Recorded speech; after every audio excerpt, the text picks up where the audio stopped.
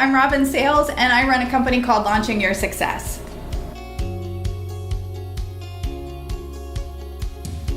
I think the thing I love most about what I do is helping people get their message out into the world, giving people permission to be themselves so they can cut through the noise and reach the audience who's already looking for them. Helping people make those connections is what I get the most joy out of. My biggest challenge as a business owner has really been staying out of my own way.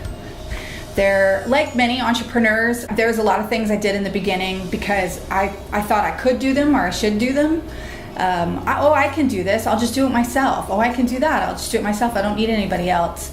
And I wish I would have learned earlier that it's okay to bring in help, it's okay to ask for help, that you can invest the money in your business to get you to that next level.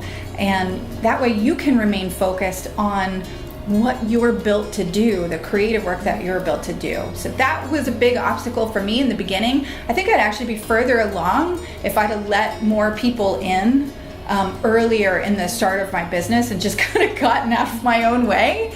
I am surrounded by a small army of wonderful collaborators and freelancers now, and I couldn't do what I do without them. And so for me, I wish I would have brought them in sooner, and that's been the biggest lesson for me. When things get difficult, I tend to go to my favorite authors, and the thing I tell myself the most is a line that really resonated for me from one of my favorite books. It's called What to Do When It's Your Turn by Seth Godin.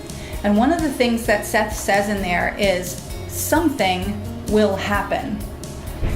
And I like the idea that it's just something. Like, let go of whatever your expectations are and just keep moving forward, because something will happen. It may not be what you thought was going to happen. It may not necessarily be what you planned, but something will happen. And 100 times out of 100, it's the thing that was supposed to happen. So my business has taken a few twists and turns, and when you're in the middle of making that pivot, you want to panic, like, this is not where I thought I was going to go. But if I just remember that something will happen and it's the thing that was supposed to happen, it's enough to keep me moving forward and not panic and just stop the presses. Start with a little bit of planning, but don't wait. Don't let what you think it should look like, and don't let perfectionism and a big vision getting in the way of just pressing go and just getting out there and getting started. There's this wonderful quote, start before you're ready.